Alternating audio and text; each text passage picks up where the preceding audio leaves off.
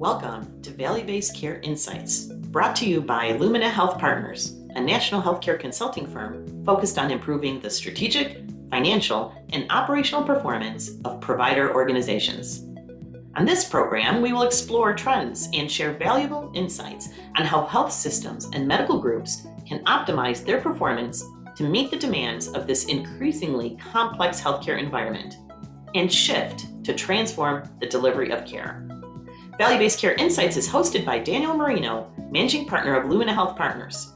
Daniel has been in the industry for over 3 decades and specializes in shaping strategic initiatives for organizations in areas such as population health, clinical integration, physician alignment, information technology, and data analytics. For additional insights, visit luminahp.com and sign up for our newsletter. Dan, over to you. Welcome to Value-Based Care Insights. I am your host, Daniel Marino. Well, we have a great topic today. We're going to take a deep dive and talk about transitions of care, and in particular, care in the home models. Many hospitals are really focusing a lot of their attention on transitions of care, and also these care in the home models for a couple of reasons. One, it provides, if you do it well, really good quality outcomes for the patient. I think it really addresses a lot of needs for the patient as well as the caregivers. But the implications of doing it poorly result in high readmission rates, maybe without the right level of planning. You have higher length of stay. Obviously, it affects the cost model. And again, it has some major implications to the patient as well as the caregiver. I have a great guest today who has a lot of experience putting these models together, has done a great job for her health system. Diane Shifley, she's the Assistant Vice President of Population Health and Post-Acute Services for a large health system here in Chicago. Diane, welcome to the program. Thanks, Daniel. Happy to be here. So Diane, give me your thoughts and your opinions. As I mentioned in my opening comments, many hospitals, they're really focusing on that transitions of care program that really expands beyond just discharge planning, but many of them have really struggled with it. Why do you think they've struggled with really putting together these programs that have been effective? Yeah. So, Daniel, I think a lot of hospital systems have struggled when they think about the transitions of care program. We're being challenged in new ways to extend services beyond the patient leaving the hospital doors. And one of the struggles I think that hospitals and staff members have is thinking about setting up a plan that is comprehensive for the patient. And what I see most and what we have really looked at in the health system that I work in is, are we setting that patient up for success by ensuring we're choosing the correct discharge disposition to start? Right.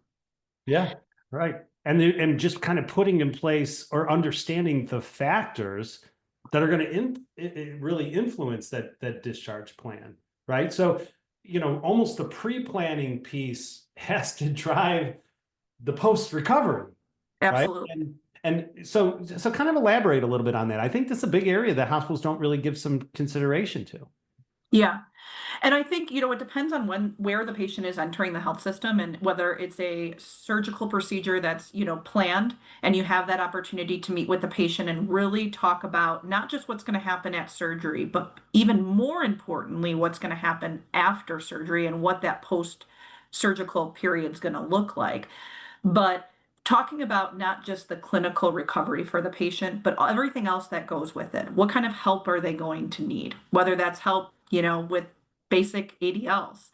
What kind of, support are they going to need from, therapies in the home and home health services.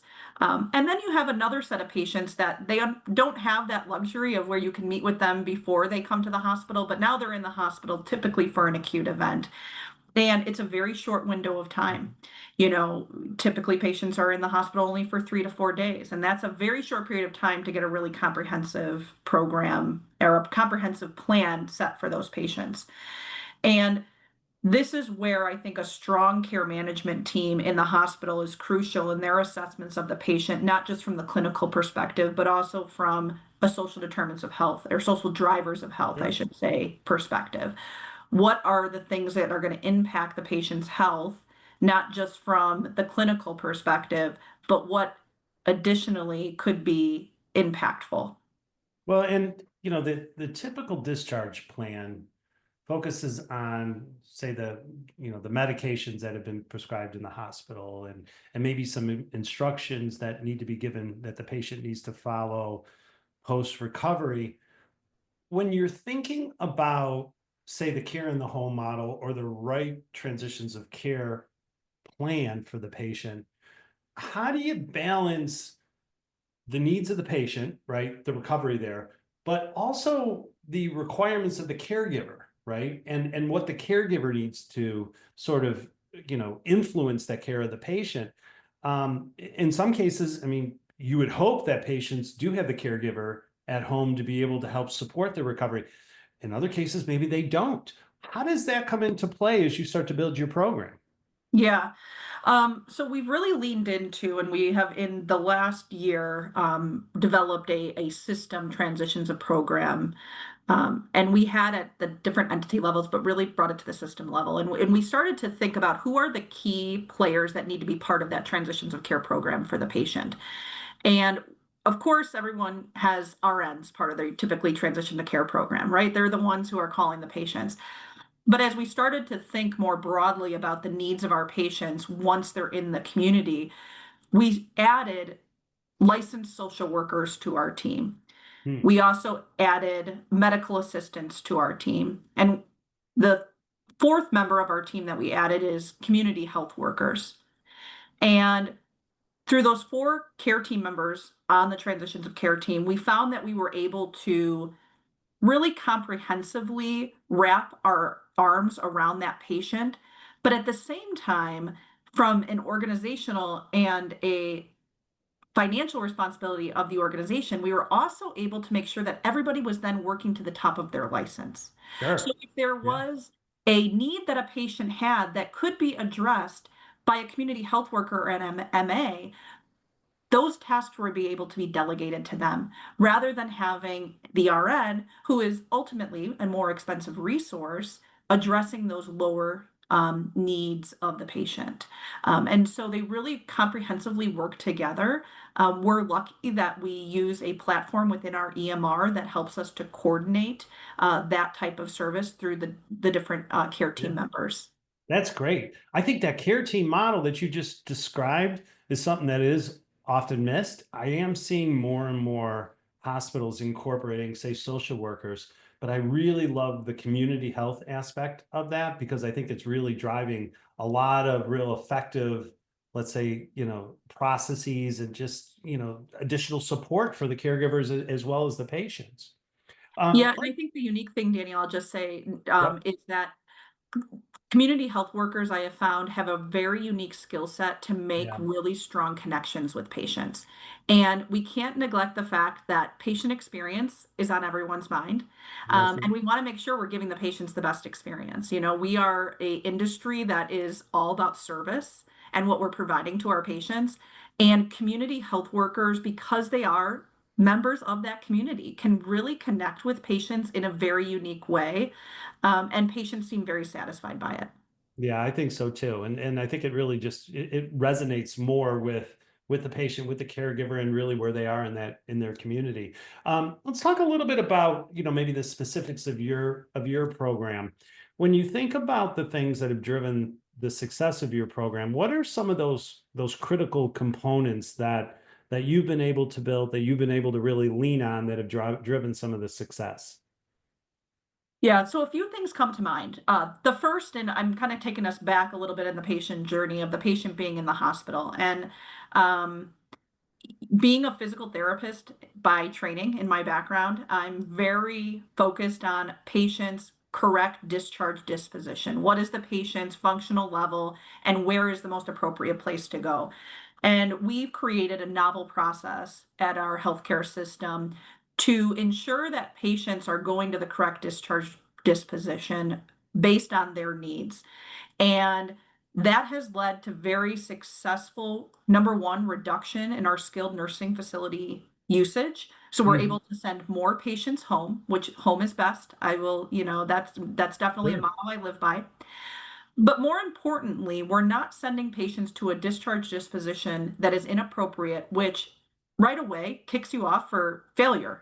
Setting patients up to go to the correct discharge disposition ensures that you're setting them up for success rather than failure. And So so, let me ask a quick question there. The discharge disposition, is that like the care setting? Is that care? Is that the home? yes, Is yeah, that so that'll be, post-acute yes, rehab? yes, yeah. So the Okay. discharge disposition is the care setting. Is the patient going home? Are they going to an inpatient rehab facility? Are they going to a skilled nursing facility? Hmm. And ensuring they're going to the correct disposition first is vital to Right. ensuring that their post-discharge recovery is going to be optimal. So I imagine you're doing at least some of that planning at the pre-evaluation stage, right? Maybe evaluating and identifying their chronic diseases or their risk level, or at least being able to give some consideration to those things that potentially could be a challenge for the patient post-recovery. Absolutely. Yeah. Preoperatively having those conversations, and sometimes they're tough conversations. Our reimbursement models and our, insurances have changed as far as what they'll approve post-surgery. And we have Yeah. patients who come in and they will say, well, 5 years ago I had my knee done and I went to a skilled nursing facility. And that's where I plan to go now. And it's sometimes a tough conversation to say, you're not going to qualify for a skilled nursing facility. Home is going to be best. And then having that patient, number one, that's managing their expectations right off the bat. And then they have an opportunity to really understand what do they need to have in place in Mhm. order to be successful. Right. Yeah, absolutely. Well, if you are just tuning in, I'm Daniel Marino. You're listening to Value-Based Care Insights. I'm talking to Diane Shifley, and we are discussing transitions of care models and really the post-recovery stage of a hospital. And Diane sharing some great insights. I want to talk a little bit about level setting with post-acute. With a lot of the hospitals, with some of the programs, say some of the discharge to rehab facilities or skilled nursing facilities, sometimes that's where the challenge takes place, and patients, they're not getting the right level of care, and they're going to show up at the emergency room within a couple of days after going to those facilities. Alignment with the post-acute facilities, I would think, has to be a critical component of your transitions of care program, just to make sure the protocols, the processes, med reconciliation, for instance, is aligned. How have you worked through some of the post-acute alignment with your skilled nursing facilities or your rehab facilities? Yeah, so what we have found is it has been very beneficial for us to create preferred networks Hmm. for our post-acute providers. We have successfully created a skilled nursing facility preferred provider network as well as home health. And that's vital to what you had stated is that entering into these agreements in this network, we have a shared understanding of the quality of care we want to provide these patients, but we also align on what our goals are for patients in the post-acute setting, managing those readmissions, Yeah. managing length of stay, managing total cost of care. And there are many times where networks are developed and it's the hospital or the healthcare system coming to those post-acute providers and kind of laying down the hammer. This is what you need to do. And we've taken a unique approach at our organization to really come to the table and create a two-way street with these post-acute providers to say, we are invested just like you are in these patients. We want to help each other. We want to understand what your pain points are so that we can help improve our, connection and our process. And at the same time, we want to be able to give you feedback. And so Sure. creating that true partnership with the post-acute providers, that's where you really get the engagement. And that's where you're going to start to see a change in performance and the quality of care they provide their patients, because they truly feel that you're not just dictating to them what they need to do, but that you're a true partner in helping ultimately the patient, succeed. Yeah, and you're working together with them to kind of managing to the same goal. We're doing a lot of work right now with hospitals with the new team model that CMS has launched. And for some of our listeners who aren't aware of it, there's 5 procedures that are bundled that are included in the team model that are basically coming up with one episode pricing model that affects 30 days before the surgical activity and then 90 days after. And when you really dive into this, there's a couple of important drivers there. One is the pre-surgical evaluation, but it's also the post-recovery and how you're handling post-acute. And what we found is as organizations are considering their success around the team model, particularly for the 3 that are musculoskeletal, those that have a strong relationship with the post-acute providers are seeing much better outcomes. Those that don't are seeing much higher readmission rates. So to your point, I think having that aligned network and that ability to really share information, be transparent, have the same clinical protocols, that sort of thing, you're not only doing a great job for your outcomes, you're doing the best job that you can for the patients. Yeah, and I think a vital piece to that, of when you create that dynamic between post-acute providers of it being a true partnership, you open lines of communication, and communication is the key in order to have patients be successful in that post-acute period. If you have a provider in the post-acute setting that doesn't feel that, number one, they don't know how to get in touch with you, they don't know how to, avoid an ED admission because they can escalate back to the system to say, we have an issue with the patient, we want it addressed immediately, then you've really, broken down the system. And you're right, that patient's going to just end up right back in your emergency room department. Yeah, you're absolutely right. So let's talk a little bit about the care in the home model. One of the big areas, the big growth that we're seeing is the growth in remote patient monitoring as a mechanism to help support the post-hospital recovery, maybe to then begin to monitor things such as blood pressure or, diabetes, or maybe even just to track infection rates. Have you incorporated remote patient monitoring into your transitions of care program? How is that? How have you adjusted to that? Yeah, so Daniel, we haven't incorporated any remote patient monitoring yet, but I think it's absolutely a topic that is on the table that we're willing to look at and explore. And I think as our patient populations, continue to grow, we have to think outside the box of how are we going to engage with patients and understand of how we can recognize the patients that are at the highest risk and that Yep. are at rising risk. And so these type of devices would ultimately elevate Yeah. to our transitions of care nurses or team members, who needs a call today? Who do I need to check in with? And then you're utilizing your resources to the best of your ability. And that's where I see in the future, at least our health system, looking to incorporate them. Yeah, I think it's just another tool, right? And especially if patients are, being discharged to the home environment, it's just another way of being able to connect with them in more of a real-time basis. So, yeah, I agree with you. Let's talk a little bit about outcomes. I would imagine that as you're building your processes and, as you initially build your processes and then ongoing, you have to be looking at data, you have to be looking at KPIs. What are the things that you've been tracking just to, one, identify some potential challenges in the process, but also to be able to, maybe celebrate the successes? Yeah. And I think your point to celebrating successes is really important. And what we have developed with our transitions of care program is both leading and lagging indicators. And some of the, leading indicators that we're looking at, which is really important from the staff perspective, right? To understand what they're doing and how impactful it is. But we look at our reach rate. How many patients did we intend to reach out to, and how many were we successful? Mhm. Additionally, we look at how many patients we enrolled within the program. So after we talked to them, were we able to enroll them in the transitions of care program? And then for our lagging indicators, we're of course looking at an all-cause readmission.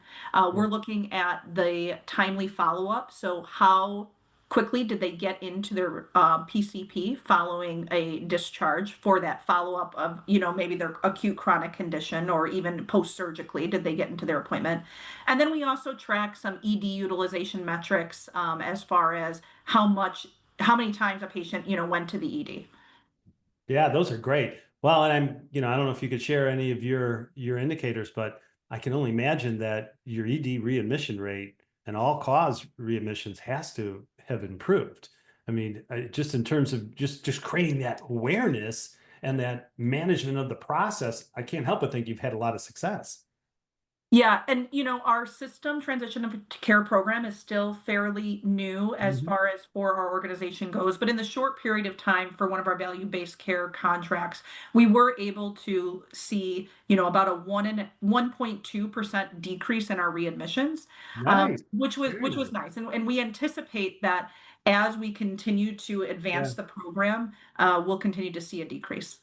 Yeah, that's great. So there's a lot of listeners who are obviously very interested in this topic, I'm sure. For any of those that are listening, particularly the providers, any advice that you'd give them, where should they start as they're thinking about maybe really expanding their transition to care program, or maybe building out their care in the home program?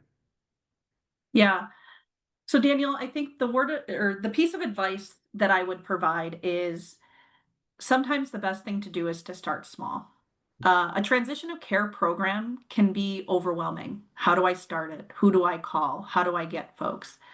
Um, but I think most importantly is if you identify some key team members that can make some outreach to patients and make that connection with patients, it may not be large scale, but it's somewhere that you can start. The other thing that I would recommend is write out a roadmap of putting Mhm. yourself in the patient's shoes and understanding what that journey looks like, and where are the points where you want to increase coordination, you want to increase communication, but keeping the patient as your North Star, I think, will lead everybody in the right direction. Yeah, that's great. And I like what you said about creating your process flow, right? Process flow it out. And I think my big takeaway from our discussion today is you did a lot of pre-planning, right? You're evaluating the patient either when they come into the hospital or before they have surgery. That's helping them not only to support the care that's being done in the hospital or in the OR, if you will, but that's the beginning part of your discharge plan and the plan that you need to have in the event that they transition back to their home. And I agree with Diane. I think to be able to process flow that out is really critical. And the other thing that I really like is measure it, right? You're not going to be 100% perfect on day one, but have your metrics to begin to measure that along the way. Mhm. Yeah, and then Daniel, the last thing I would say is that I think, people are complicated. And what I mean by that is that it doesn't just take one discipline to solve the patient's issues or problems, but creating that interdisciplinary team that includes community health workers, includes MAs, includes social workers, includes RNs, you're really able to provide comprehensive care for patients, Yeah. and will be able to see outcomes that, are successful. Well, and I like the team model that you talked about with the community health worker as well as the social worker and RNs and the medical assistant, because I think if you do it right, you're really able to share that resource the right way, right? So it doesn't all have to be RN driven, and you probably really get the best possible outcomes that you can. So Mhm. I really like that. Well, Diane, this has been a fabulous discussion. I really appreciate it. And I'm a firm believer, certainly not only from a value-based perspective, but certainly from a patient perspective, that the more planning we can do and the more that we can take advantage of these care in the home models, I just think it's the right thing to do for patients, and it just helps the industry overall by reducing costs and creating a lot more efficiencies and better quality outcomes. So good luck to you. I'm really impressed with what you put in place. Thank you so much. And to our listeners, I want to thank everybody for tuning in. If you have any questions or want additional information on today's topic, please feel free to reach out to me at dmarino@luminahp.com, as well as just luminahp.com. And Diane, one thing I forgot to ask is if any of our listeners today are interested in connecting with you. I'm assuming you're on LinkedIn? I am, and this is a topic I'm very passionate about. So yeah, you can find me, Diane Shifley, on LinkedIn. Great. Well, thanks again for everybody for tuning in. Until our next insight, I am Daniel Marino, bringing you 30 minutes of value to your day. Take care.